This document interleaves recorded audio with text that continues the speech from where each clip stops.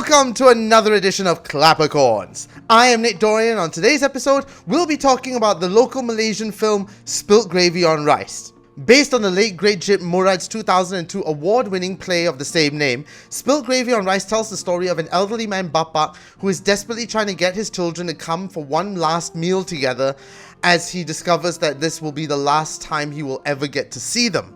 That essentially is the story, but there is so much more going on than just that. Let me just say that Spilt Gravy on Rice is possibly one of the more underrated Malaysian films that we have. This deserves to be seen more internationally, and more people need to see this film because it is a great example of Malaysia in general. Jit's poetic words beautifully encompass Malaysians as a whole, from all sorts of walks of life and society, races and cultures. Everything is neatly packaged into this one small script, and it is a beautiful story to watch. Now, I remember watching the original play way back in 2002 at the Actors Studio in Bangsa, and it's a play that has stayed with me for a long time. I still have images of the play in my mind. It was that powerful.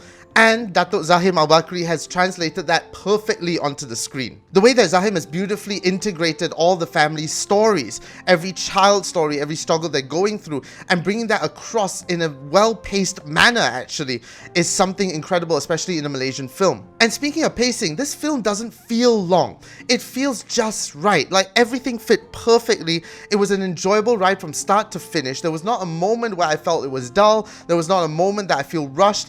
Everything was almost well planned out that it became such a symphony to watch. On a much deeper level, I'm genuinely surprised this managed to finally get released. After almost an 11-year battle, this finally got released into cinemas, and I understand why. For a local film, it touches on subjects that I feel have not been breached upon in this manner. The LGBTQ aspect, the racial tensions of May 13th. These are topics that are very rarely dealt with in a local film because it's a very sensitive topic. But somehow, with Jit's words, Datuk Zahim has managed to create something that I feel is not insensitive at all, but speaks on a very real level. Now, the fact that this was made 15 years ago was even more shocking to me because the social commentary in Jit's script as well as in the film really demonstrated something that I realized nothing has changed. Every sort of racial stereotype or racial tension that was happening back then is still very much prevalent now. It's still so relevant, and it's amazing that this story is so incredibly relevant for today's society, and that's another reason why I love this film. Now, this is a textbook example of an ensemble film.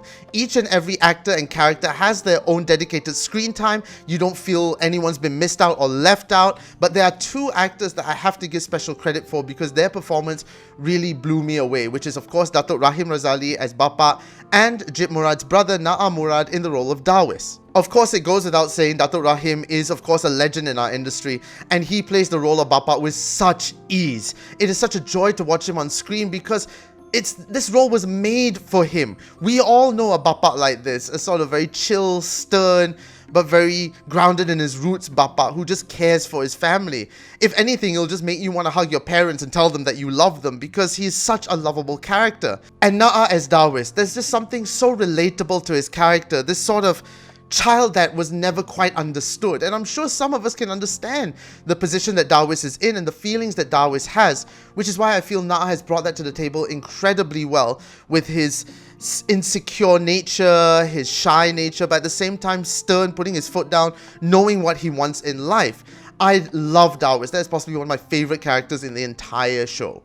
I'm calling it first. This is an underrated classic in Malaysian cinema that I hope lasts forever and ever for future generations to come, to honor, again, the late great Jit Murad, who I'm sure we all miss very much, and if anything, this film made me miss him even more. So yes, go and do yourself a favor. The film did come out this year in June, but now the full uncensored director's cut version is officially on Netflix. So make sure you go and check it out now before it disappears, and hopefully this is on Netflix worldwide as well because more people need to see this. More international viewers need to see Spilt Gravy on Rice and know the level that Malaysian films can be. And as always, make sure you check out all our social media. It's all on the screen at the moment: YouTube, Facebook, Instagram, TikTok. We are on all those platforms. Make sure you go and check us out there.